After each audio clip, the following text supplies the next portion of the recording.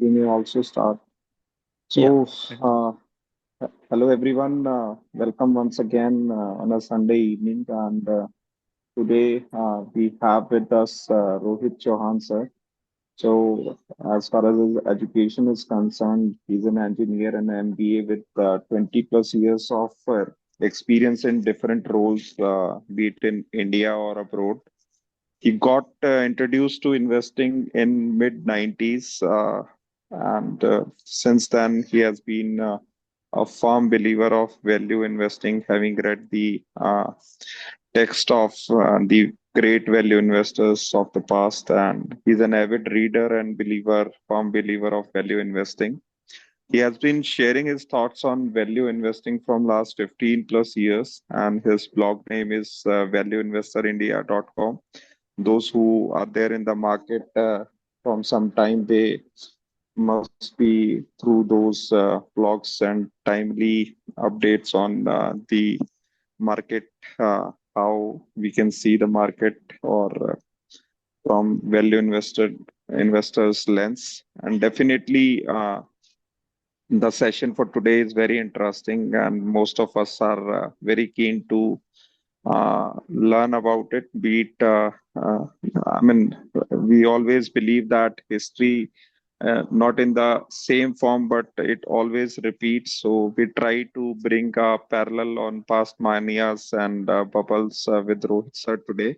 And a small request, Rohit sir, like when you run us through the presentation, definitely the present outlook of the market, how you see, if we can draw some parallel, if not the same likelihood, but again, that would be Yeah. interesting to know your view on that. With that, Sure. I hand it over to you. So please run us through the presentation, and as and when you stop, and if we have any questions, we'll request you for the answer.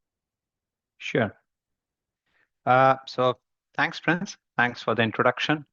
And just as an added point,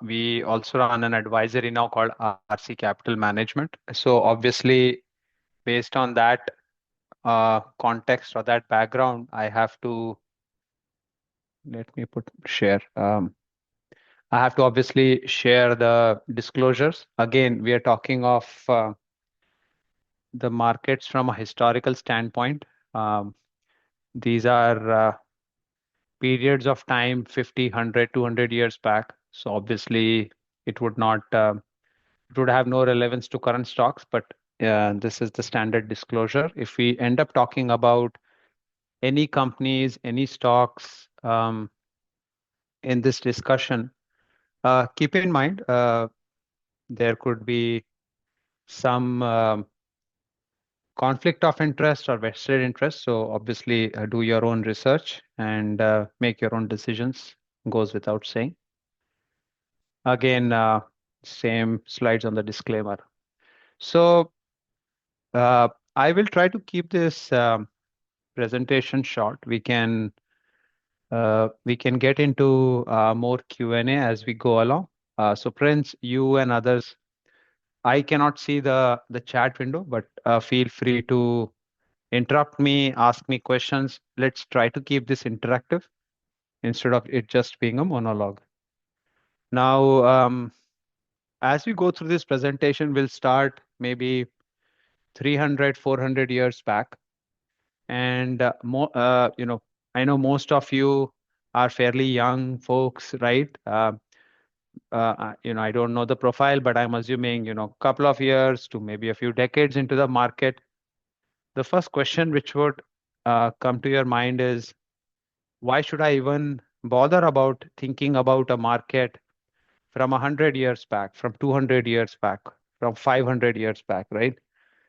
When we talk of technology, let's say you're talking of a cell phone, you don't talk about clay tablets, right? You don't talk about um, the printing press from 1600. Technology has moved forward.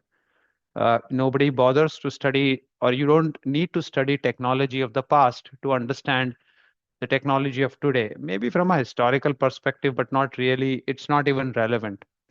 So why is it relevant from a market standpoint? And I think You can always Google this point, but there is this saying that technology, or I've read this, technology moves or science moves in a linear or in an incremental fashion. What we learn about medicine, what we learn about technology now, we build on that. Markets never move in a linear fashion. Markets may evolve from a technology standpoint. Markets may evolve from a standpoint of settlement has gone from paper to T+1. Maybe it will become instantaneous. That will keep happening. You will have AI, you will have other technologies come in. Nobody goes to the broker with a piece of paper, but the participants are all humans, and human nature does not change. And that's the two quotes over here, right? Um, it's about there is nothing new under the sun, and then history just repeats itself. And we know that from our classics, right? Why do we still follow, or outside of the religious aspects, why does the Mahabharata or the Ramayana have such a has such a relevance to us, right? Because again, if you and I'm sure like all of you have watched or know the Mahabharata, and if you look at the characters, if you look at the episodes, they're so relevant today, right? And that's the reason human nature, our basic tendencies, emotions, greed, anger, all those things, those emotions have not changed for ages, and those are the drivers of human nature, and that is what drives markets. So these human natures, we talk of market cycles. So outside of business cycles, often it is the human nature which drives market cycles, right? Um, Greed and fear being the most common emotions. So when we have greed, that leads to again, greed is necessary. Fear, a healthy fear is necessary, but it is the extremes of these two emotions which drives to bubbles or manias on the upside, and again, fear which drives to crashes. Now, all of us obviously understand this, nothing new, right?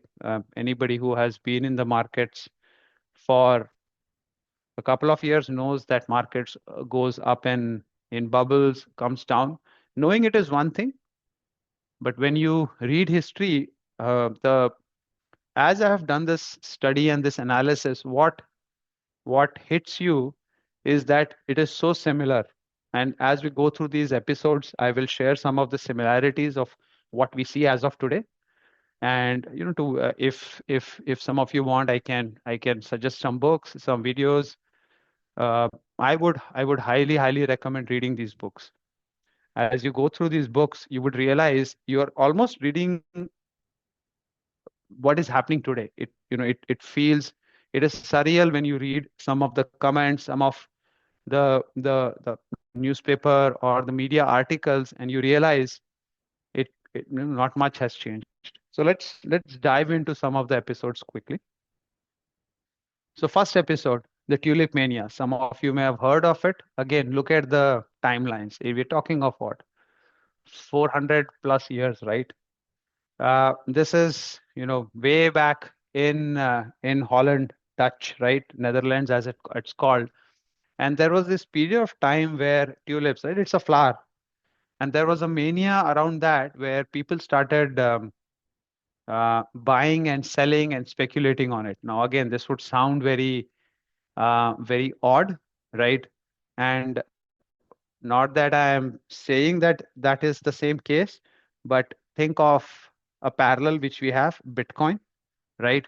Again, uh, remove the technology bit of it, but what was the thought behind this? That a tulip bulb is a store of value, right? That is what people were thinking when they were buying this, right? And somebody else will buy it from them. What are the other parallels? A piece of art, right? uh, Rare coins, stamps, collectibles. So tulip bulb or any of these collectibles do not have a cash flow, right? I mean, that's the difference between a cash flow producing asset and a tulip bulb, right? So uh, again, it did not have an economic value. Tulips were new to Europe; they were considered a luxury item, and there was an increasing demand, and at some point of time, again, look at Bullet 2, right? They introduced future contracts called as Windhandel, right? I can't even pronounce it correctly. Now we think future contracts are new, some newfangled instrument which has been introduced in the US and now in India. Nothing of that sort. We're around 400 years back. Again, maybe the technology is different. You do it electronically and all of that. But fundamentally, what is a futures contract?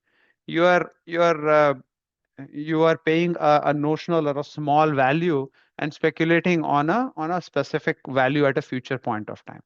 And if you strip out the mechanics of it, these contracts would have been there even before this mania, and they will continue to be there. The technology changes. So this is one of the first episodes of, or at least recorded episodes of mania. You can even go be, uh, prior to this, but this is one of the famous ones. So what happened during this period? The first thing which happened during this surge was that the value of some of these rare tulip bulbs, again, keep I'll keep emphasizing some of the terms which keep coming up. Keep those in mind, right? Remove the specific instances of what we are talking of. Rare is the key point, right? The value of that rare tulip bulb, limited supply, again, right? You'll again keep hearing these words in the current context, and then you can start seeing, right? Again, nothing new. So the rare tulip bulb, the value went up from 50 guilders, the currency of that time, to 5,000 guilders, which is what? 100x, right? And then at the peak, the cost was more than the price of a house, right? So again, right, it's a rare commodity. Everybody wanted to have it, and then all of a sudden the prices collapsed 90% in Feb of 1637. Now again, if you read through the history, all different kinds of reasons, logic, all stories came up, but even after 400 years, there is no single reason which is identified as this is what caused it, and this is the why it caused. It happened on February or in February in 1637. So again, when there is no very specific cause, or you can just come up with multiple causes, it's called as an endogenous event. And as you go through these bubbles, keep this in mind,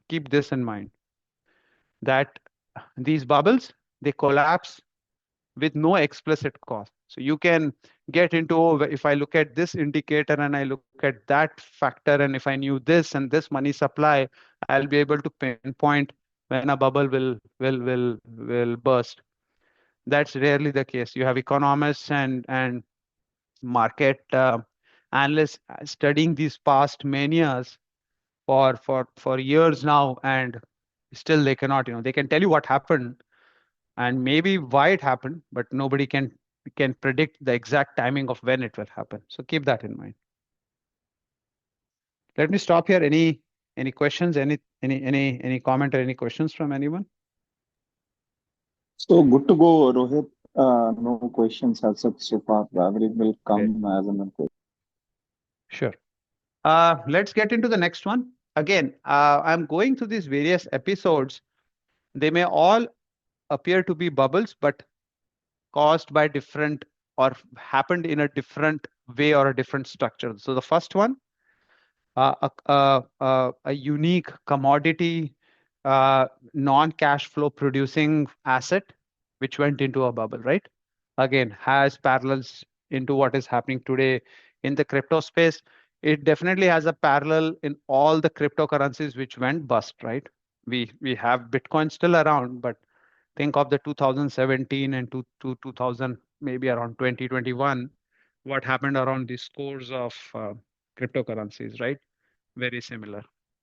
The next one around a company, right, is the South Sea bubble. And this is when the British government, it gave this company exclusive exclusive trading rights with South America. So South America, this is again 1700, right? 300 years prior, right?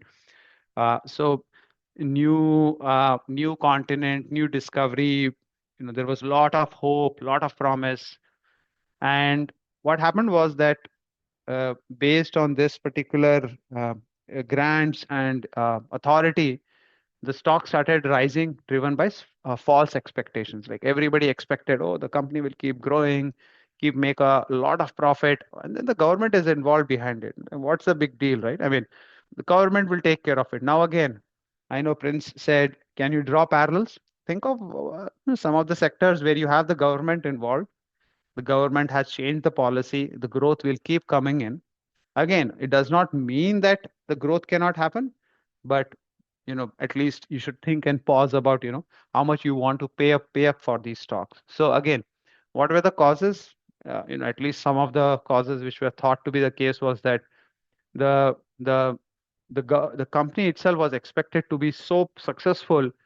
It ended up taking over a certain part of the government's debt. It was promising a lot of trading profits and saying things can grow up to the sky.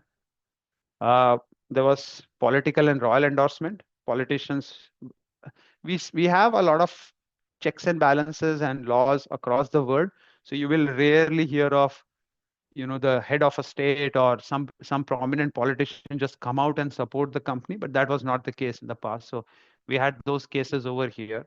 But the speculation and the fraud, exaggerated claims about profitability and all of that, that's nothing new. It happens all the time. And that in turn attracted a lot of investments into this company, right? And but the revenues were very limited. So the valuations went to an extreme. Now, I'm not going to get into names, but go ahead and do some search in the SME space, do some search in the defense space, do some search in all these solar space, and think about what's happening over there. Has money been made? Absolutely. People made money even during the South Sea bubble. And you can see that over here, right? This is the graph from that point of time. It went from 100 to 1,000. See the vertical rise, and then it went fut down, right? So if you start looking at these charts, what you will find interesting is that, and this is maybe one of the reasons why chartists and the technical analysts say, uh, you know, that particular approach to investing works. And this is the reason, right? Human nature is the same. So some of you who are into technical analysis know the reasons, right? The human nature is same, greed and fear is same, and hence price patterns and price action is similar. So you can look at this chart and you can see uh, pick up, and we'll get into some of such similar cases in India also, and you will see that the price chart is so similar. And anyway, this is what happened. And by the way, this is log scale, so this went up by 10x and came down by even more than 10x, right? So if someone bought in 400 or 500 or 600, they lost a lot of money. So anyway, and again, intellect and a genius is no uh, insurance against losing money. Sir Isaac Newton, he's famous to famously he lost a lot of money at that time, and even made a comment saying that I can calculate the motions and the trajectories of heavenly objects, but I cannot, and I'm paraphrasing this, but I cannot figure out the madness of the crowds. So there's a very famous comment from Sir Isaac Newton also. So anyway, this was the bubble in 1711 to 1720. Let's get into the next mania. Again, first one was an asset with no cash flow. Second was government promise. Uh, lot of uh, you know expectations, growth, sky is the limit, everything will do all well, great, fantastic. And so everybody just jumped in. So you can draw parallels. Third is the case of new technology. Again, uh, we have a lot of new tech. We've had these bubbles since then, but this was one of the first cases where railways was a new technology, and all technologies at some time are new. So keep that in mind. Bubbles are usually formed when there is an optimistic projection for a new technology. That's why I've called that out, right? And at in the 1840s, railways was a new technology, was really transforming, and it created a lot of belief in economic growth. Again, by the way, keep in mind when we talk about these technologies, and I've not gone through all the cases. There's a book for that also. Um, but if you go through a lot of these technologies which came after this, they did transform the world, right? It's not that the technology was was a failure. In a lot of cases, the technology did meet its expectations. Just that investors did not make any money out of it, and we can always get into the details of why that happened. So it's not like solar will not do well or electric vehicles will not do well. Will all investors make money out of it? Time will tell. You can look at history and see what happened to get some idea of it anyway. So anyway, there was a lot of public enthusiasm, expectation. Keep some of these points in your mind when you're looking at some of the new technologies today. Public enthusiasm and expectations for new routes led to massive investments. That's a very key point to keep in mind. And when there's a lot of massive investment, a lot of uh, companies get into it, and there are no barriers, and even if there are barriers, if there is such euphoria and such excitement around an industry, what happens?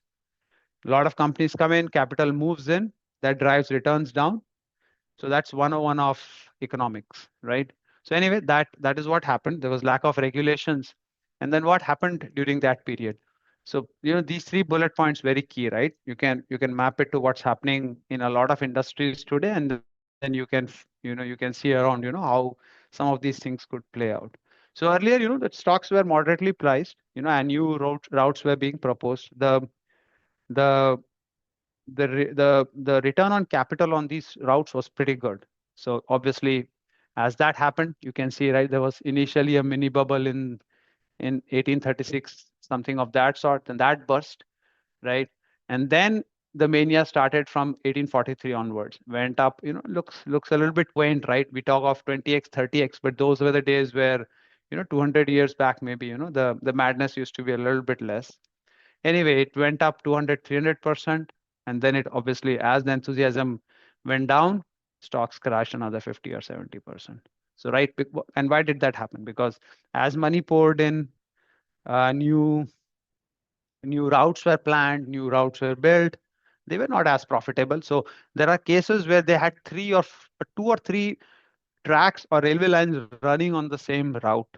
Like three companies running, not literally three tracks, like three companies running tracks on the same route, competing on price with each other.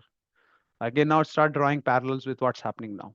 How many EV companies are coming in? The Chinese are coming in, right? Solar. What's happening around solar? What's happening around renewable energy, right? Look at what is the return on capital for most of the companies in this space, at least from an export perspective or from a global perspective. Now you can always come up with reasons that there'll be tariffs and all of that, and maybe companies will make a lot of money. But look at, if you really want to buy and hold it, and you're not an investor who is playing it for a couple of months, then you at least need to understand how these technologies have worked in the past, or how these industries have, or how these episodes have happened, and keep that in mind as you make your decisions. Again, just to be clear, I don't have any investments in these sectors which I'm talking of, so I don't have any specific view. I'm only sharing, some of the historical precedents. So I mean, to keep that in mind.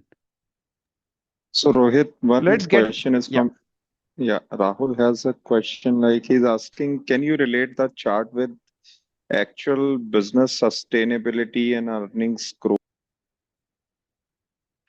There is, I mean, I've kind of condensed some of these episodes here.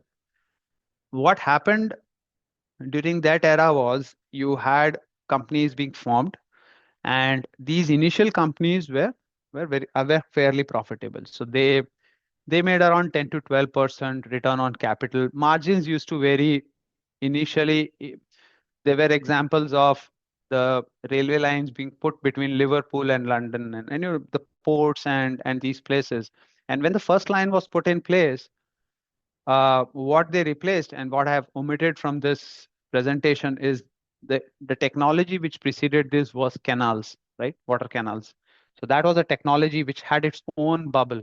I didn't want to make this presentation about, all the bubbles in the history. I just wanted to focus on the drivers, right? So they replaced that. And these initial railway lines were actually replacement of canals. And we'll come to one of the conclusions as to, when a new technology comes, what can you definitively conclude? And what you can definitely conclude is who will be the losers. Concluding who will be the winners is very tough, but the losers are more easier to figure out.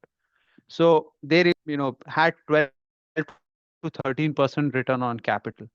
But what happened was the excitement and the promise became very obvious, and a lot of other companies flooded in and they started putting lines over there, right? And a lot of capital started flowing in. So the return on capital started going down and it went to 4, 5, 6%. And at that point of time, a lot of these routes were actually unprofitable.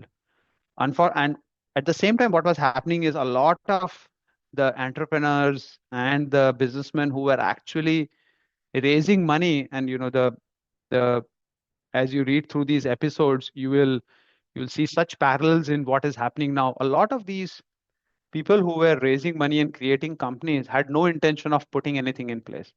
All that they were doing is what we call an IPO today. They were doing IPOs. They were gathering money from the public.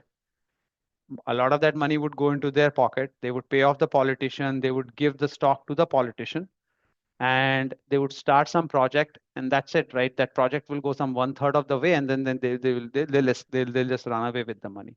And the corruption during that era was phenomenal. And if you think there is no corruption now, I think that would be I think that would be again being naive, right? There is always corruption in markets. That's what you see. That's the other thing which you see across episodes. Every time a bubble or such mania happens, the level of corruption goes up. So you can always think, oh, big deal, right? The stock went up, the stock went down. A few, speculators lost money. No, it corrupts the fabric of the society. It destroys the economy. It changes the mindset, right? I mean, everybody starts thinking, why should I work if all that I can do is just put some money in the market and it goes up by, whatever, 10x, 20x. So it ended up corrupting people. It ended up corrupting the society, and a lot of investment happened. So I know I went off a little bit on tangent, but initially, I think the point to keep in mind is initially the return on capital was high. The the other thing to keep in mind always is that when these technologies come in, it's like all the low hanging fruits get picked, right? So the first company will be very profitable. The first company will have good growth, and then the next company will come in, and then the next, right? Again, it's very standard 101 of economics, right? And that is what always happens. And when these bubbles happen, the cost of capital for that sector, keep this point in mind, it literally collapses to a couple of percentage points, right? And what happens when that when you see that the expectations are very high in terms of returns and the cost of capital is very low, capital will flood in, right? And when capital floods in, it drives the returns for the entire sector, and that is what happened over here. It drove the returns for the entire sector, and then investors soon started realizing we had paid a lot, but there is no profitability, and the price collapsed. So again, very standard episodes. You will see this repeat again and again. Does that answer the question, Prince? Any follow-on questions on that? Yeah, it does. Okay. So again, I know all of you will ask for parallels, and you can very easily see what's happening around you. Right? Pick up all the new technologies, all the new hot sectors which are coming up. Right? Chart them. Right? You can plot. Right? Okay. The return on capital is going up. Demand is going up. Does return on capital going up and demand going up mean that it will continue to go up?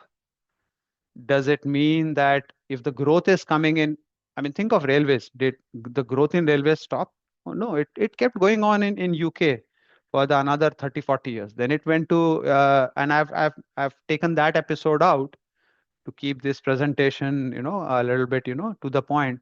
But there was a mania in US after that, and the railways obviously grew in India, right? And then railways grew across the world. So it's not like railways is a technology, and it's still there with us, right? It's such a key technology. And the funny thing is, we have our own railway boom going on after 200 years, right? So the technology is there and it is still growing. Does not mean investors make money out of it. Anyway, let's get to the next episode. The 1920s, some of you may have heard of this, the Black Tuesday, I think. This was a period in the US where a lot of new technologies come in. If you think now is the era of new technologies, no, there was this period of time where a lot of new technologies for that era got got introduced. The automobiles, the radios, right? They don't look like technology, but at some time they were, right? So after the First World War, there was an economic boom, there were technological advances, and again the same thing happened. A lot of optimism. Oh, the automobile will do well. Everybody will have a car. Almost everybody did, right? In those countries, the radio will do well. Everybody will have a radio. Yes, everybody did have a radio. And then what happened was, based on that, the prices started going up, and the the difference between this episode and a little bit compared to that in the 1840s in UK and other countries is that there was a lot of there was a lot of margin buying. People could buy stocks on margins in the US in the 1920s at like 5 or 10% margin. Again, think of what's happening around FNO now. You can speculate on prices with a very little down payment, right? And there was, the third bullet point need not be the case now, but anyway, in the US at that point of time, there was very little regulatory oversight.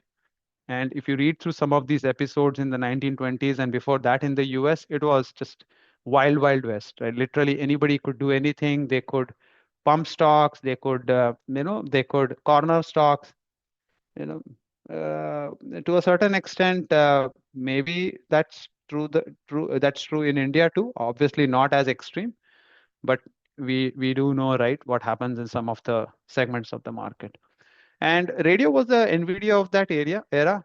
It does not mean Nvidia or some of these new technologies will go down. But anyway, radio was that, radio was the Nvidia, the AI, the data center, you name it. It was that of the era. The technology did change the face of communications, how we communicate, how people used to people used to interact. But did everybody make money? That's a different point. So look, I just pulled up some of these prices. RCA was the darling of that era. I think it's called Radio Corporation of America. Again, all these names seem so remote, so quaint, but mm, as we get through some of the episodes, you'll hear some known names and you'll see repetition of the history. So the Dow Jones, the index went up from 63 to 381. That's 5x in 8 years. A lot of companies went up 20, 30x. So you can see I've just pulled up some of this chart, right? You can see this RCA at that era, right, went up by almost 20x, right? It's this reddish thing, right? It went parabolic, right? And then on October 1929, the market collapsed by 12%. And it went down and then it went up a little bit. The up and down kept happening. But eventually, by in the next 15, maybe 4 or 5 years, the index was down 89%. Again, a lot went wrong during that time. Not only did the market go down, the economy went, that was the worst depression in the last maybe 200 years. So it was like the bubble popped, and at the same time, a lot of things went wrong from an economic standpoint. But the index dropped by 90%. And keep in mind, we're talking of the United States over here. So the country obviously recovered, prospered, and it was one of the top economic powers. So we are not talking of a small country in some corner of the world which kind of, just collapsed and never came back. But a lot of investors during that time lost everything and more. People became unemployed. And if the index drops by 89%, you can imagine what will happen to most of the companies, right? I mean, it was terrible. I mean, you can read some of the articles and uh, commentary on that time.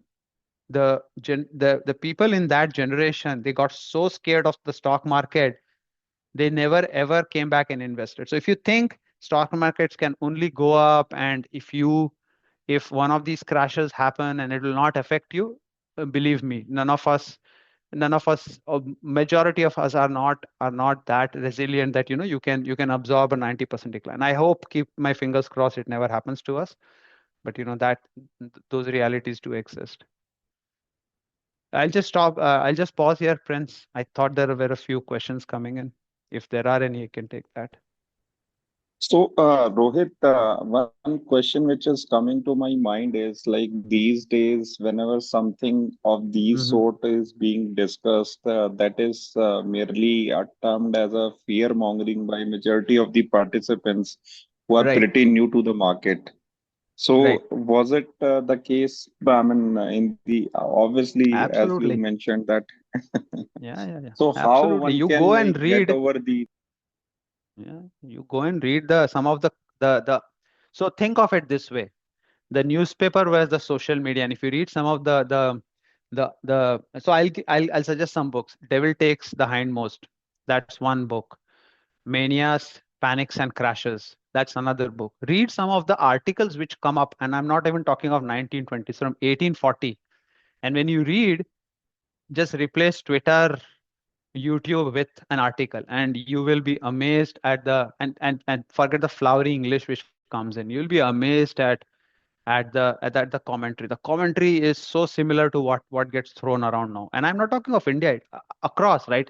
These are different countries, different periods of time, right? I'm talking of Holland, I'm talking of UK, US, Japan, and we'll talk of India.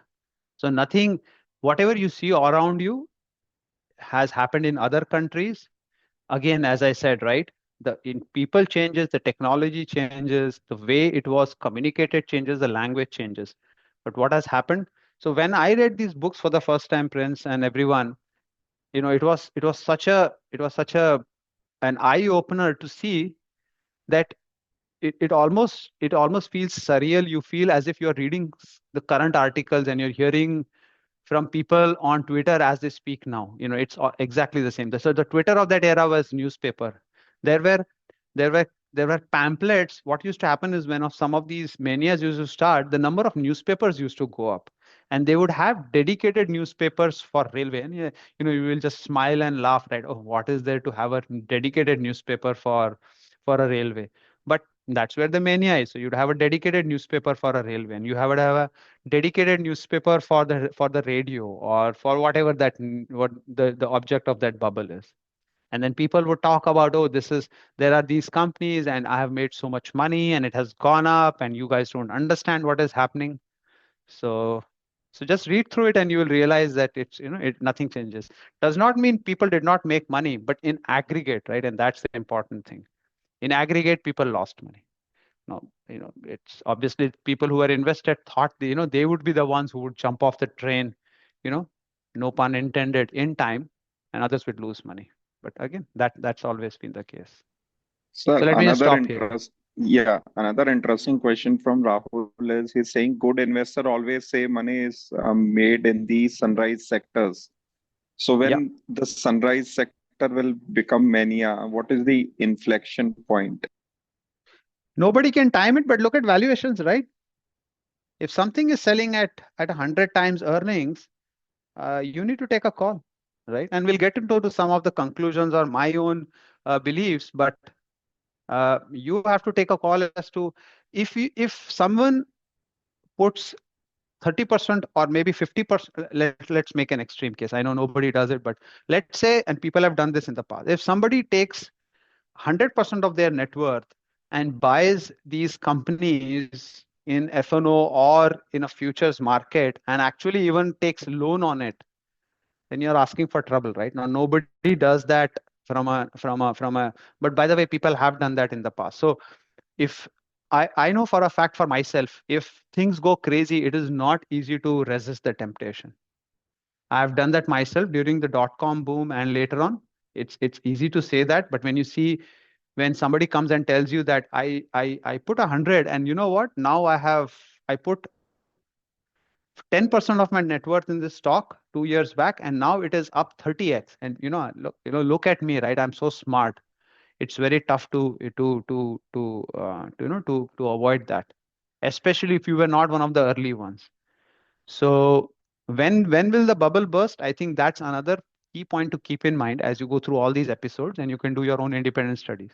Nobody can predict when exactly the bubble will burst. And as the bubble is forming, you will hear across these events. People were cheerleading. People were saying the technology was going to change the world. The companies will keep growing, and they were not wrong, by the way.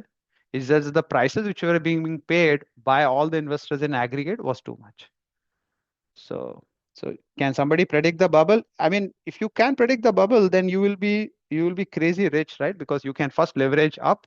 as the bubble is forming, and then when the bubble is ready to burst, short it, right? Just go short, right? Buy puts, buy whatever you want to do, and then you will make money your way down also, right? So maybe some people can, but majority won't, right? So I know it's not a good answer, but that's what you will see from all these episodes also.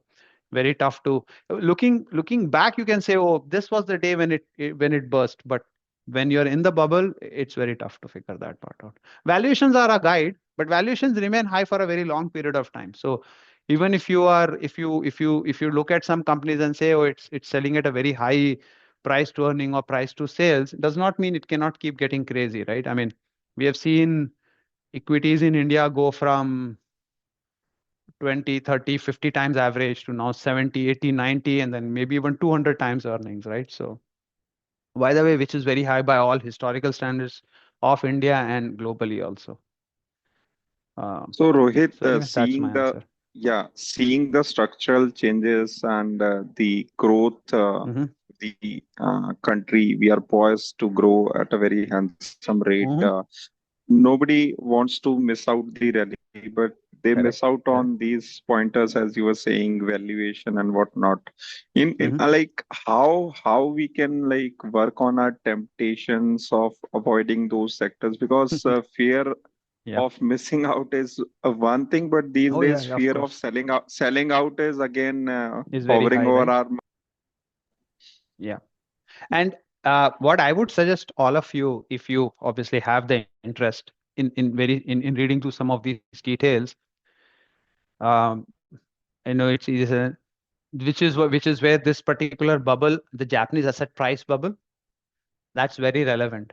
So couple of things I know, and I'll come to the question which you are raising. You will when you will hear this or you will read this kind of argument back and forth, right? Some people will say, uh, stocks are for the long run. If you invest, you will make this X. And then, some smart guy will jump in and say, but what about the Japanese market, right? The Japanese market did not go anywhere. And what you realize is that, the guy who is making the point around the Japanese market unfortunately had no clue what happened in the Japanese market. They just saw a chart, said, okay, for the last 40 years, the market did not go anywhere. Did they know what was the context of what happened? And by the way, the Japanese, do I have the chart ahead? Okay, so we'll get to that, right? The Japanese market is very relevant, and Prince, I will address your question by going through this section of the presentation. So keep in mind, and we'll just get into a little bit of the history beyond whatever I'm showing here, because it has a lot of parallels to what is happening in India, but not exactly in the same fashion. So obviously, Japan was doing fairly well before World War II, got into the World War II, lost that war, right? And there was a complete devastation of the country. After the World War II, the Japanese started rebuilding their economy, working very hard, like all of us are working very hard now. And the US was helping them. They were helping them as in like US supported their rebuilding, supported obviously Germany's rebuilding, and Japan started growing rapidly. And keep in mind, Japan was growing, or Japan, like China now, and a lot of Southeast Asian countries, was the first miracle economy. It grew at, I think I'm going by memory here, by 7 or 8% for almost 40 years or 30 years, something like that. They went from a pretty low per capita income to a developed status within like a generation and a half, right? So I'll show you a chart. Look at this chart.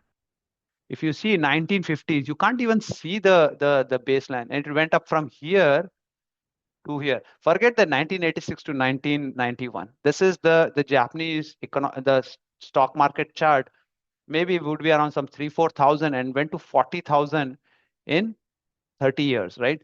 So so Japan was one of the original miracle economies, right? Electronics, automobiles, right? People were at the peak. People were scared that Japan would. People, as in the Americans, were scared that Japan would take over the world and would they were the number two economy at that point of time, right? So they kept growing, kept doing well, very similar to what is happening today, right? In India, a lot of growth is expected. We are doing well. We are doing 8%, and we will keep doing well. Why do I bring that up? The country doing well, all of us doing economically well, is not the same as the stock market doing well and all stocks doing well. Those often are two independent points, and you have to analyze it independently. So what happened was the country and the economy kept doing well. And roughly around this point of time, so look at the chart, right? Steady, steady, steady growth, some stagnation here, 70s, and then again continued growth.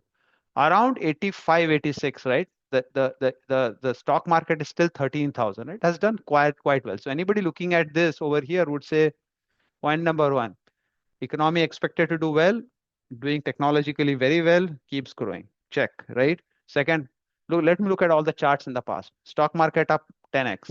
Okay, great. So that means it will keep doing well.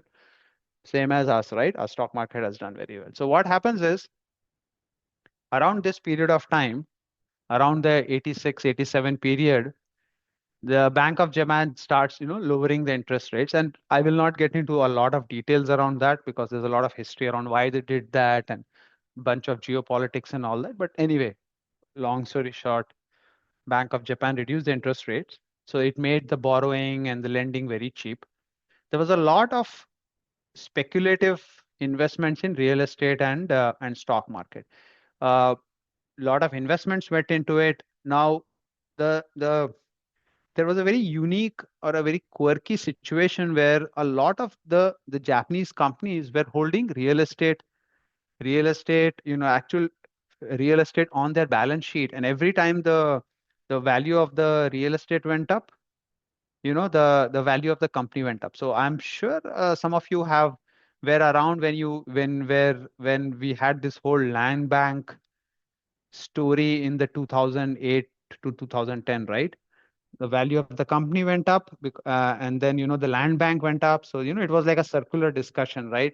Oh, now the company has more value, it can go and buy more land, and then when it buys more land, the value of that land goes up. So it went into a cycle, and there were cross holding between companies. So one company would have holding in the other company, and that company's value would go up. In turn, this company's value would go up. So again, all circular incestuous kind of holding structures, right? And then that's the reason why I think, Prince, you when you brought this up just now, that's why it was like exactly at the right point where I was going to talk about this bubble. There was a collective belief in the ever growing Japanese economy, right? Same as now. Again, please keep in mind, I'm not trying to scare anyone. You know my partners and our money is also invested in the Indian stock market. So I'm by no means a bear, or I don't want the market to crash, because my own personal net worth is invested in the market, and I'm obviously not predicting that it will drop. But you cannot deny what happened in some of these countries, right? Like you cannot just close your eyes and say, oh, you know what, it happened in Japan but will not happen in India. There's nothing unique. We are all same human species, right? It's not like we Indians think so differently from all the other countries in the world, right? Our mindsets, our hopes and desires are same. So we can also end up going down that path, right? So anyway, there was this collective belief in the ever growing Japanese economy. When that crosses into a bubble for us, I mean, who knows? I have no idea. But anyway, what happened in Japan was the Nikkei 225, look at this, right? It went from 13,000 to 39,000 in 4 to 5 years. At the peak, the index was at 60 times earnings. And by the way, this is like the large cap index for them, right? The big companies. This was like the second largest economy in the world. And then what happened? The bubble burst in 91. And then, the Nikkei started dropping, and look at what happened in the next whatever number of years, right? It took 40 years for the market to recover. So when people say, oh, you can, investment for the long run, but then somebody pops the example of Japan, you're missing the context. If somebody goes and puts all their money at 60 times earnings, the country can do well, but not necessarily that you will do well, right? If you pay too much, so I think, Prince, that's where I come to the point, right? What you are asking, right? The country can do well. The economy, all of us as individually as Indians will do well. We'll have a higher standard of living. The country, would definitely become the third largest economy, and it will have a place in the whole world order. Does not mean, as investors, we will do well in all areas, right? Maybe if you end up buying the wrong stocks at the wrong valuation, you could you could be in the unfortunate situation where you spend the next whatever 30 years getting to the same point. So I'll just stop here. Any questions, any comments, Prince, from you or from So, anybody else? But this bubble is very, very relevant to what's to our situation now. Go ahead. Rohit, I mean, people are also comparing India to where China was, say, 10, 20 years ago, right? And Right, they talk right, of they have with a young population and the focus of the right, government and whatnot, right? right. So on those lines also, do you believe that parallel is also right, or I mean, how one can see No, this? not And necessarily. I mean, the second, country will do well, no doubts about that, right, Prince? Country will do okay. well. I see. That's what I'm highlighting in this Japanese asset price bubble, right? Japan didn't do well for a set of reasons, uh, but country will do well. We will all, as a country, as an economy, as a stand of living, we may all I'm I have benefited by being in India, whatever you want to call it, an India bull for all my life, right? I've never thought, I've whatever the ups and downs, I've always felt for the last 25 years, India will do well, and I've put my money where my mouth is, and I have done well based on that. But what I'm trying to make a point is, and I know there was some questions, right? Where are we from a bubble standpoint? I have no idea on that, but definitely there are pockets where the valuations are very high, right? So what I'm trying to say is you're right from a China standpoint. We may end up doing well for the next 15, 20 years, who knows how long, right? It does not mean if you are in the wrong place in the market. Again, our markets as a whole are not so crazy overvalued, right? It's not like our NSE Nifty 50 is at 60 times earning. It's not like the HDFCs and the ICICI banks and the state banks of the world are selling at, like, banks were selling in Japan at that point of time.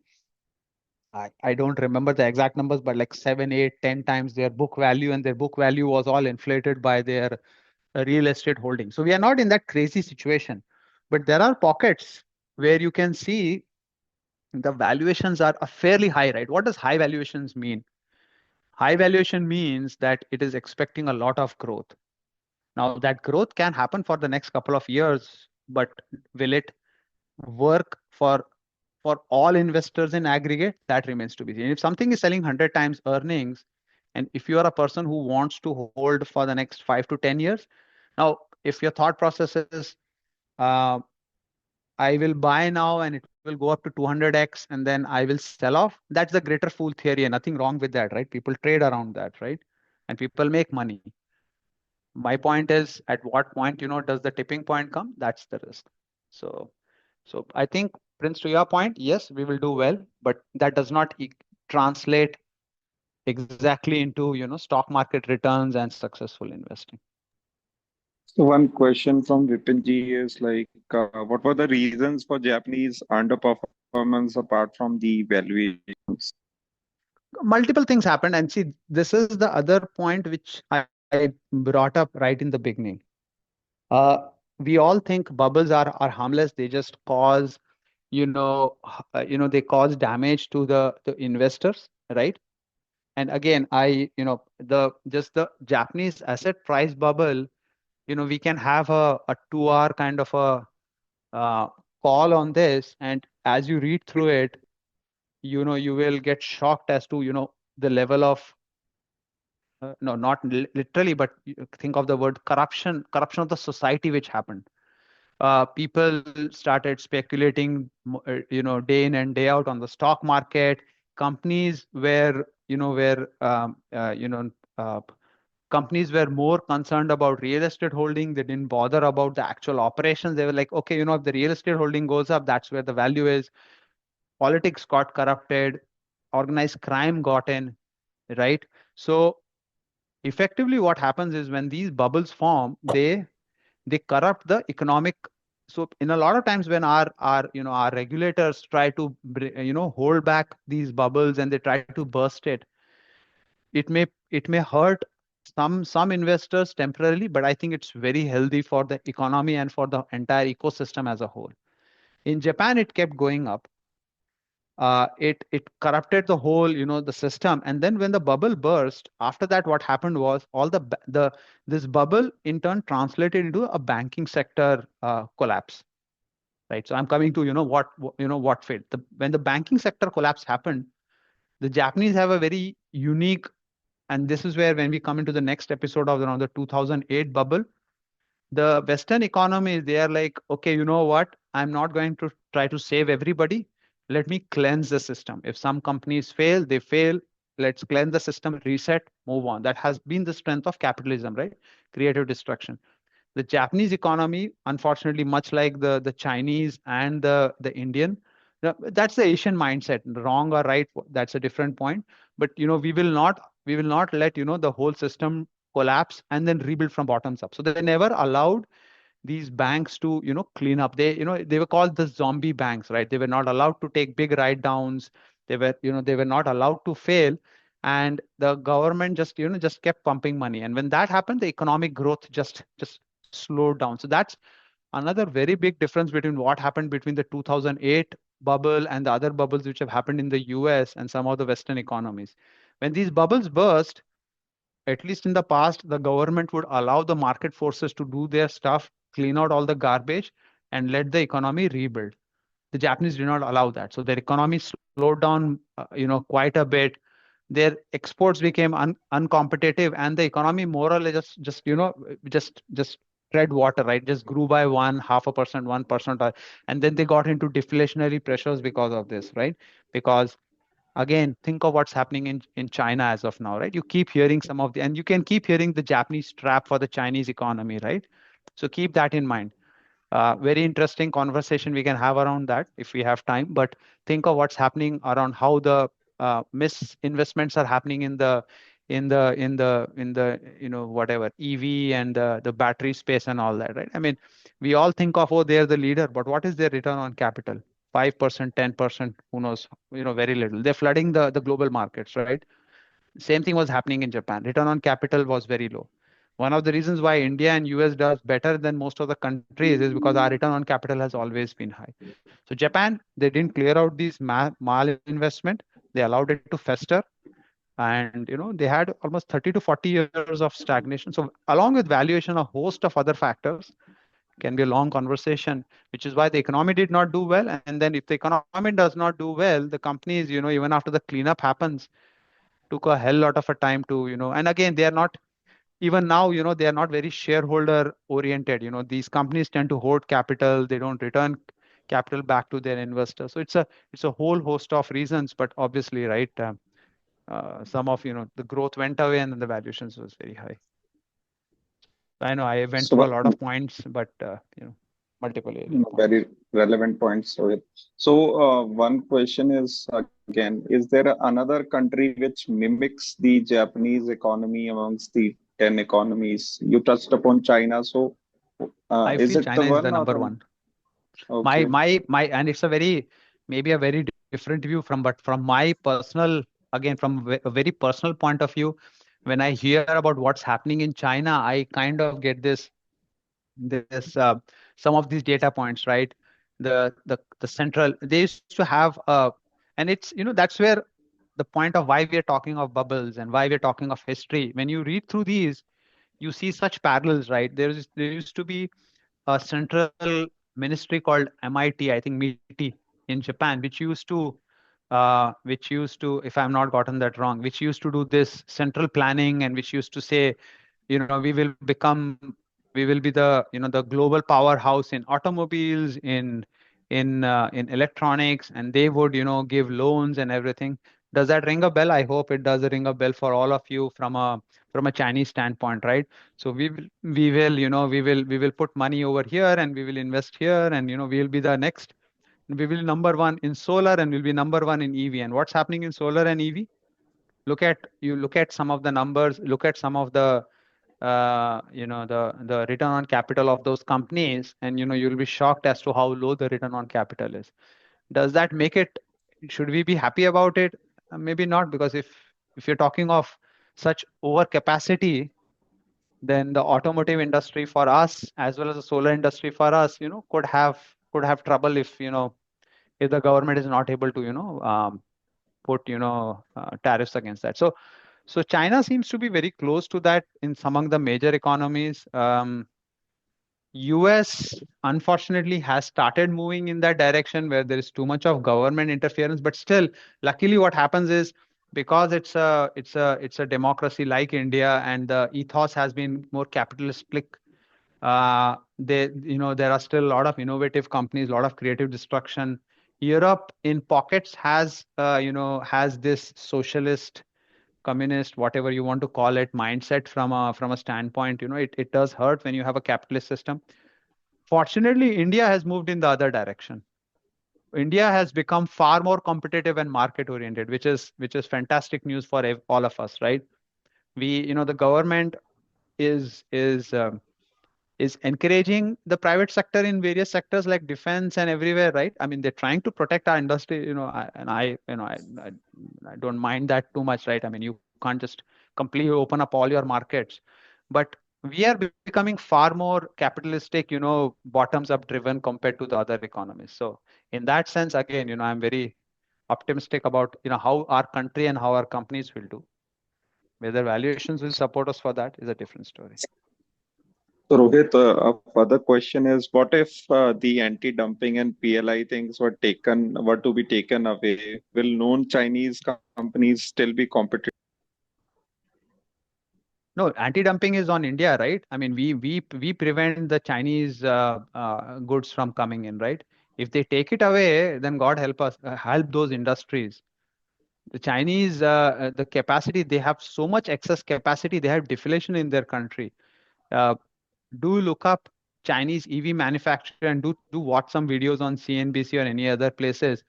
They, the Chinese have come out. So one point. Uh, and again, I may be as guilty of that. Traditionally, Indians do not have a very high view of China for very obvious reasons, right? Geopolitically, we have always been competing with each other. But take that point of view, keep that point of view aside, right? Look at it here from a rational standpoint. There are what 60, 70 EV companies in China. They are now making EVs between 10 to maybe $13,000 all in, uh, with great features, with close to self-driving, you know, uh, and they have started exporting to all the countries except countries which have put entry barriers against that or tariff barriers. And these are companies which are again constantly, iterating, and they're improving. So $12,000 EV car with good electronics and self-driving or some parts of automated driving and all that. Think of what happens if the tariff gets taken away in our country or in US or somewhere, right? And with overcapacity in that country and deflation happening, same is happening in the battery space, same thing is happening in the EV space, because the government has decided that we will pump capital in these new technology industries. So I hope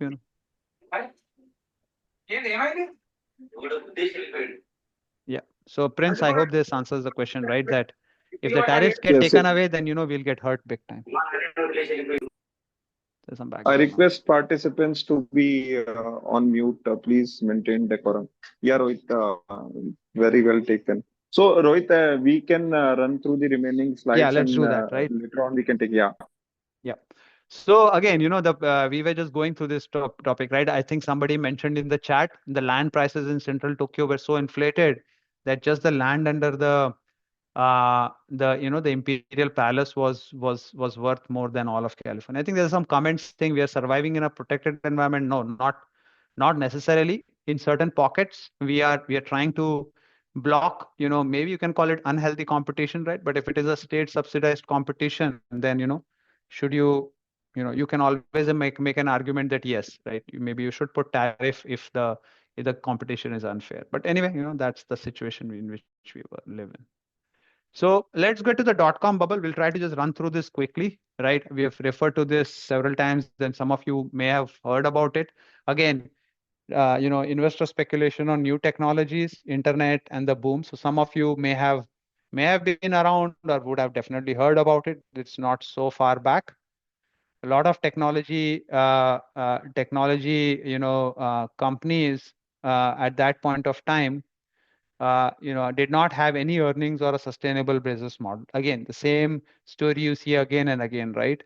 New technology comes in, capital floods in, a lot of excessive risk taking, media promotion. That's when, the new, before the social media, there were these chat boards and everything, right? And people used to talk about, go stocks and things going up by 20x, 30x, and a lot of, speculative, investments happen. And the Nasdaq at that point of time went up from 750 in 1995 to 5,000, right? So what's that? Almost 8 9x, right? And then the bubble burst, and the index, by the way, not the individual companies, right? The index dropped from 5,000 to 1,100. That's 78% loss from the peak, and it regained its peak only after 17 years. So difference between the US and the the Japanese market was in the Nasdaq sector. When the bubble burst, the government didn't jump in, right? Basically, all the older companies got all the unviable companies got cleared out, and then the new companies came in, the Googles and the Facebooks of the world came in. And because it's a very dynamic sector and very competitive, and the government was not involved in it, it revived it. But it still took 17 years to regain the same peak, right? So if you end up, no matter how good the sector is, how good the economy is, if you end up buying it at an extreme valuation and you hold on, then there is always that risk, right? So anyway, most of the companies in that sector failed. Investors had 100% loss of capital because the business models were suspect, right? So slightly different, right? Railways, again, same thing happened in railways, by the way, and other areas. A lot of companies failed even though the technology got proven out, right? We all live in we've lived in the internet era for so long, right? And obviously the new technologies are coming in, but does not mean all companies will do well. And even the successful companies which turned out to be these giants, companies like Amazon, right? They went up 24x, and Qualcomm's, right? And then they dropped 90x. And by the way, there are these companies like Yahoo and Cisco Systems never came back. You see, Cisco Systems is still around, Yahoo is still around, right? But they are not even a fraction of what they were, at that peak. So that's anyway the dot-com bubble, and then we had the housing bubble in the US. Now this is different, right? From all we've talked about, no cash flow assets. We've spoken about, the country level bubble where there's too much optimism around a country, and then we've spoken about new technology, right? This was again optimism around, or this belief in that house prices cannot go down. And if some of you were around in, or were looking at the real estate market in 2008, you would have heard the same comments, right? The real estate market, real estate never goes down. That's the belief people had in 2009 and 10 in India, right? Real estate, you have a hard asset. It's always there, right? At least, you will always make money. And that was the belief in 2002 and 2008. Real, uh, house prices will always go up and it will never come down. And they started going up. And then same point, right? Anytime you have optimism, plus you have lax lending, plus you have margin come in, that's like a recipe for trouble. So again, subprime mortgage lending happened. A lot of, excess lending was done by banks.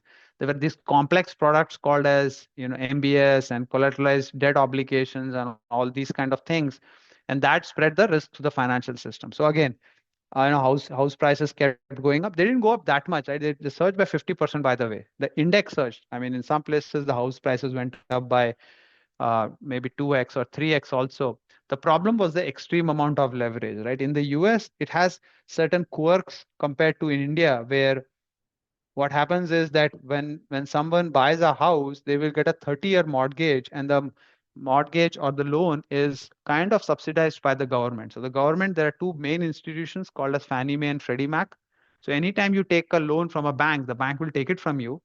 They will club all these mortgages together. They'll not keep it on their books, unlike an ICICI bank or an HDFC or a housing finance company in India. They will take all these loans.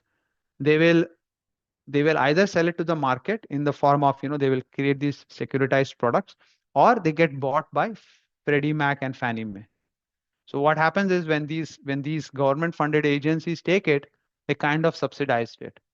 So when that happened, obviously people were buying a lot of these houses. The debt was being taken onto the system. So when houses crashed by 30-40%, when you are operating at 5 is to 1 or 10 is to 1 leverage ratio, even a 10-20% drop in the asset can can destroy the value of the mortgage, right? Because if you have just 10% equity in the house, and the house price drops by 20%, the homeowner is has negative equity. And the other difference is, the one of the biggest difference in the US is, this is non-recourse debt. What it means is that if, let's say, someone buys three houses and they have no equity in the house, they can just return the property back to the bank and just walk away.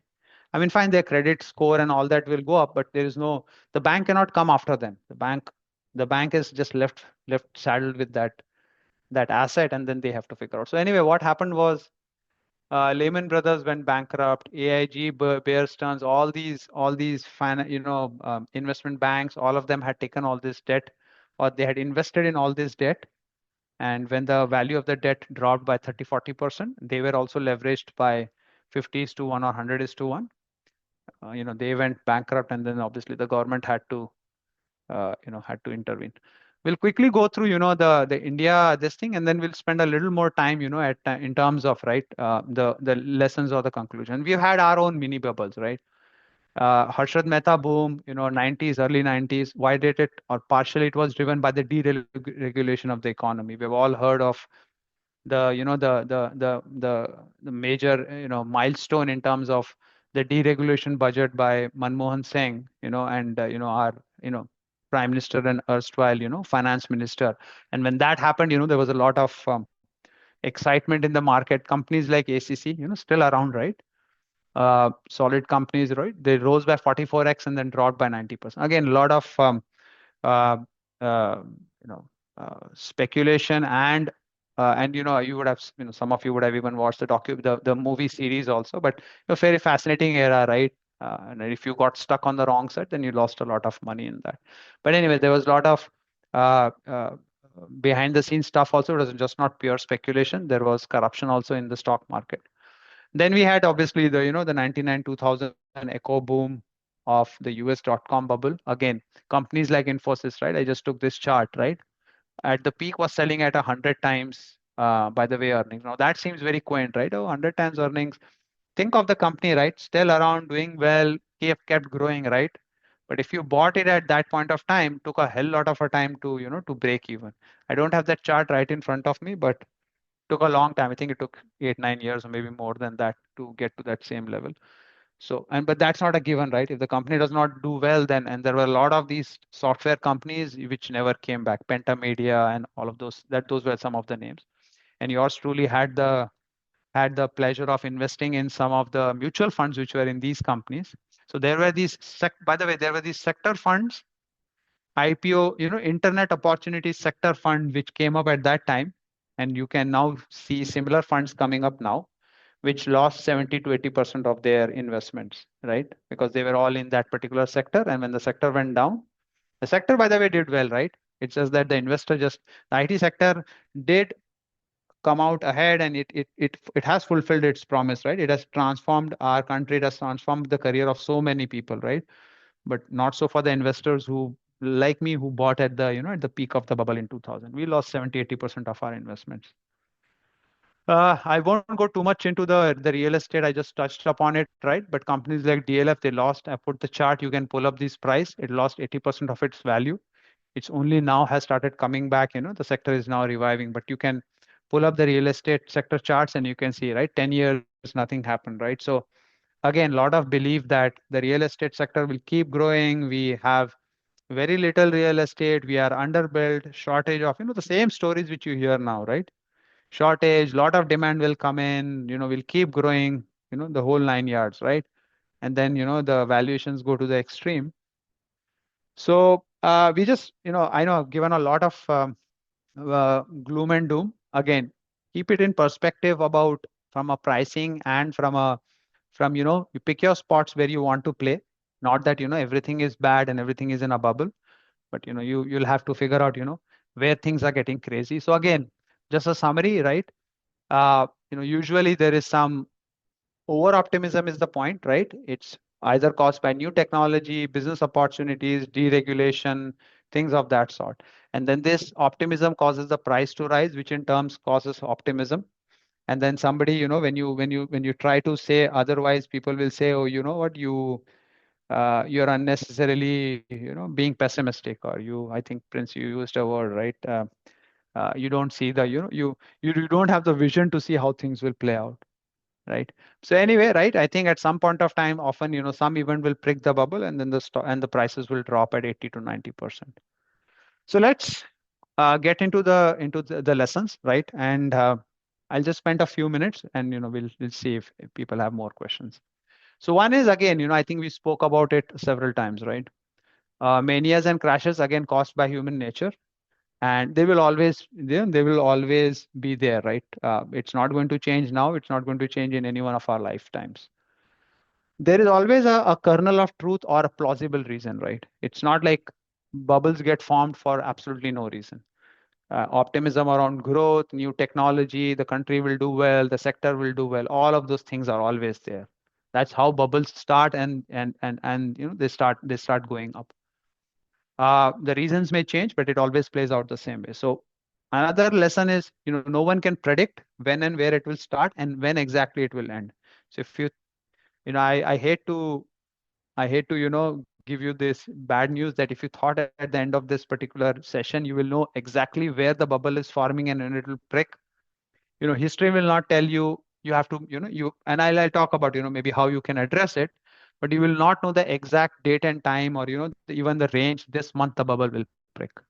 Again, most cases, what history shows is that governments and financial and authorities are not able to stop bubbles from forming.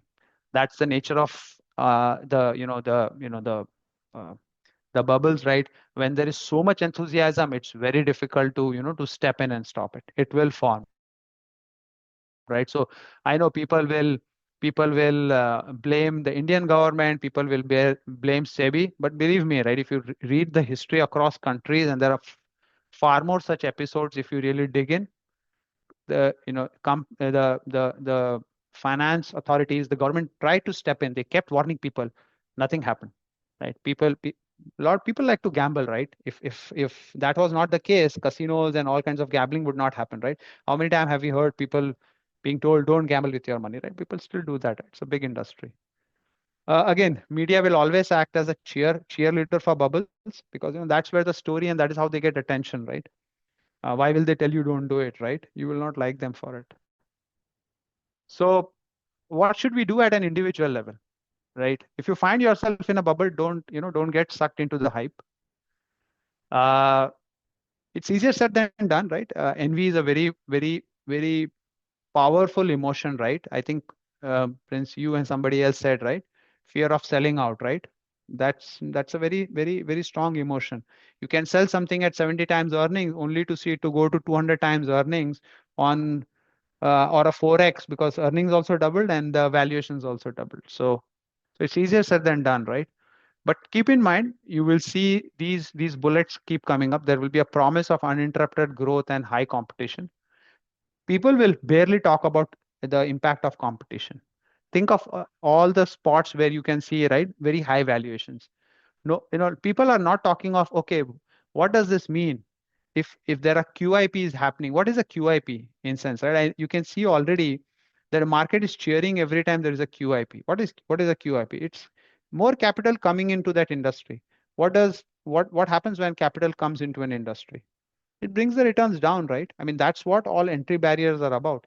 An entry barrier is that no new company can come in, no capital can come in, right? Only then returns remain high. Otherwise, the 101 of economics is that as capital comes in, return goes down, right? Another point is, take some chips off the table, right? If you were lucky to have invested in some of these in these sectors where the valuations are extreme, play the devil's advocate. Keep betting, but keep taking some money off the table, right? Like, pay yourself a little bit, so at least if you get the timing wrong, um, at least you would not lose everything. And more importantly, keep this in the back of your mind that you're playing with this risk, which is fine, right? There's nothing There's nothing wrong with speculation, but keep it in mind. Don't get sucked into the story that, oh, this will just keep going up forever. At some point of time, whatever indicators you want to use those indicators. But if you see that things are turning south, then just wrap up and run, right? Just take your money and run. And the last one is, don't go on social media and talk about a bubble. The amount of uh, and don't get into the specifics. I don't say this particular sector is in a bubble, right? People will hate you for that, which is why I'm going to refrain from talking very specifically about this company or that company or this sector. I've just given hints. Maybe they are, maybe they are not. Because the moment you talk about this sector being a bubble, and that you'll just get a lot of hate on it because people will not like you for doing that. So just better to keep your mouth shut on that. And I'll just conclude it by saying, this great advice from Warren Buffett, the sage of investing for a lot of people. The less prudence with which others conduct their efforts, their affairs, you should be, even more prudent, right? So try to just keep this in mind, right? Every time when you get too carried away, keep this in mind, and at least, if you have to speculate, at least park that money on the side. Don't put all your money and all your assets into that. Just keep it isolated and keep the risk managed. I'll just stop here. This was the last slide, Prince. If there are any other questions. Yeah, yeah. Let me see if there are any questions. So one question I think which I can gauge from certain comments is like broadly in the current market situation, at least from the fresh or incremental investment point of view, which Hmm. pockets broadly you find are comparatively better? And if you have some like views around the private sector banks in the sense they haven't performed in the last 3 4 years when the market otherwise have thrown tremendous Private results sector banks. across it. Okay. Yes, Okay. yes. That gets into a little more detail, and I think, yeah, the valuations are fine. Again, the risk reward is just fair. You won't make superlative returns, but there is also a little bit of a structural impact which is happening. Again, I have to make a caveat that I have investments in that sector myself, so I don't want to talk my book over here. Uh, there is, I think, rightfully, most of you would have read that the competition is now on the liability side, right? It's not about lending. It's more about borrowing. It's about getting deposits from the customer. And now with people having more avenues, the days of default, you will get money at 3% rate, by not doing much. Those days are gone. So banks will have to spend a little more to get their liability, but the big ones should be able to borrow at a reasonable rate. I mean, it's very obvious, right? The ICICIs and the Axis Bank and the state banks of the world have that liability franchise, right? So they should be able to borrow at a reasonable rate. And if they can, and I'm sure they will keep lending at a decent rate with a reasonable amount of risk. They'll make a decent enough profits as the economy grows, right? So 15 20 if 12 to 15 or 18% profit growth with that current valuation seems reasonable. Again, if you are thinking, oh, these private sector banks can give you a 3x or 2x, I know we are all spoiled with that. That's very unlikely, right?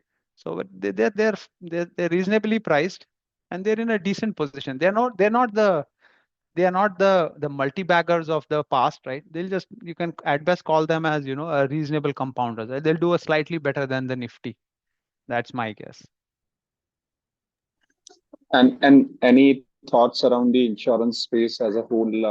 Do you see some value over there or different I've opinion not on looked at that? it very closely. I've always been concerned about the valuations. If and the reason is, and maybe I've been wrong also in that, when I look at the valuations of insurance companies versus other insurance companies across the world, again, the growth is less, but then Indian insurance companies are valued at like two times, three times of all other insurance companies across the globe, the bigger ones. So I've usually not. I mean, I'm not an expert. I've not looked very deeply, but uh, I've always been concerned around the valuation around some of these insurance companies. I mean, yeah, it's a growth market for sure. So maybe they'll grow into the valuations, but I've not looked at it very closely, honestly speaking.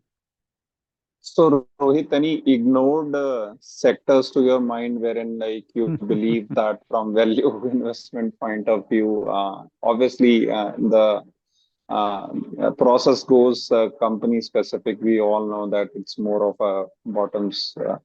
approach, but again, yeah, but some No, sense it's if becoming you difficult these days, right, Prince? I mean, 50p or 70p used to be the upper threshold, and nowadays, you can.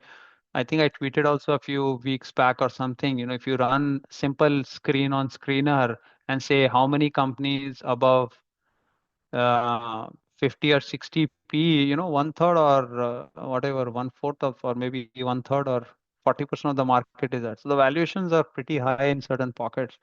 I mean, very honestly, if you look at it from a value standpoint, very few sectors, right? Private sector banks for sure, pockets in the automotive component space. Uh, Pharma has gone up. I'm just running through in my mind. Pharma has gone up. FMCG is completely out of whack. Companies growing at 6 7 times, 15, 12 times, 10% earnings growth sell at 100 times P. So that I can't understand. What else is there? Commodities, maybe you can have a look at it if you know how to time it well. Not too many. I think, sector wise, it's very tough. I mean, it almost you'll my guess is right for the next couple of years, you'll have to really work hard to make returns, right? It's not easy to find, the whole theme approach, which almost I think now everybody kind of runs after it. Everybody is trying to find the next railways, the next defense, the next this, the next that, right? So uh, as soon as that's, and then obviously the pharma space kind of picked up in the last listing. So it's not going to be an easy one. I know data centers and all of that is a theme, but the valuations again, they're also often, worries me. Again, the theme may do well, but does not, in certain areas, I can't, I'm not able to figure out, right? Where else? Some construction material, if you can look at that, right? Some of the new stuff which is coming up around engineered buildings and all of that stuff. So that seems to be good. Very, very, very individual specific, Prince. I can't think top of my head of a sector which just stands out. Auto components partially and private sector banks are the two areas where I think, valuations still seem to be, you know, again, maybe I'm an old school investor, and I'm out of touch, so I don't understand the new age terminologies, which is why I look at history maybe. But a lot of sectors, right, the valuations don't make any sense to me. Right. So, Rohit, one question on the advisory thing. Basically, what I have experienced and what is happening with majority of the people is they get a hand of some more than four, five, six good advisors in the industry, and Hmm. again they have a list of some 100 stocks, which again it is very difficult to do justice on the asset allocation front or to Right, right. say make a decision, right? And majority of the time it happens that they end up choosing the wrong ones, or maybe So I'll that give is you, some human way. yeah. So I'll give, So I know, oh, go ahead, finish your question. yeah, so the question is like ideally, how many advisors at max one can keep, Hmm. and if somebody has subscribed to a good advisory, in that case, how one can Hmm. diligently follow it to reap Hmm. the maximum benefit? Benefit, right? Yeah. So first of all, let me put a few caveats, right? There is obviously a self-interest here. I'm not going to. First of all, I obviously, by SEBI rules, if you are an advisor, you cannot share your returns. If people share that, it's their choice, but you cannot. And obviously, we are not allowed to share our returns. So I'm not going to talk about that. I'm not going to talk about my book also. Both me and my partner have never done that. Okay, that said, let me give a few suggestions. Your advisor or whoever you pick is similar to a doctor. Again, I'm not making that leap. I'm not saying, advisors or people like us are doing that kind of a service for the society. That's not the meaning of this comment. What I mean is that it's a fiduciary relationship, and you only go to a doctor if you trust the doctor, right? If you don't trust the doctor, what do you see? That's the problem which I see a lot of times. Think of it like this, right? do you keep five primary care physicians, and do you again check and recheck and check recheck again 50 times about what the doctor is recommending? No, right? You don't blindly go to a doctor, but the number one thing is, do you trust the doctor, and does he get 80 to 90% of your, your whatever your situation right or not? And then you figure out, okay, I'm again, don't take the analogy too far, but the key point is, are you able to find a doctor who you can trust and who can stick around with, right? I mean, we all know of cases, right? We have had personal family doctors for, generations, because we trusted that individual, right? Fairly similar over here. What people do is, right, you have to take a call. Are you going to be an active investor, or you're going to be a passive investor? And I would say for 90% plus of the people, mutual funds are far better, because selecting an advisor itself is like almost like, that's another layer of complexity. But if you find somebody you can trust, or maybe two people, just stick with them, right? Don't overthink it. If that individual's track record and his way of working and his results resonates with you, just stick around, right? Drop the others, stick with them. And you, in that, obviously you're making the assumption that this individual will take care of, he will make the right decisions, right? You can't predict what he or she will do, but you are expecting him or her to make the right decision. So that's what you should just trust, and try to reduce it. Don't keep an army of 4 5 advisories or whatever advisors. Same way you don't have five doctors and whatever, other five CAs and five tax, this thing, right? So that's the best I can tell you, Prince, for everyone, right? And if you have any doubt, the best option is, start indexing or go to a handful of mutual funds and then just call it the day.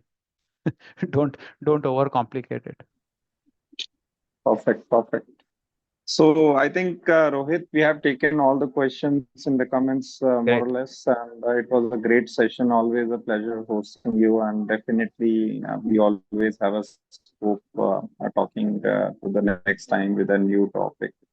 Thank you so Sure. much for taking out time today, and it was really helpful. And surely our audience enjoyed it. And for the wider audience, I'll upload the recording as soon as it is available. Thank you so much, sir. Sure. Thank you, Prince. Thank you, everyone, for taking your time.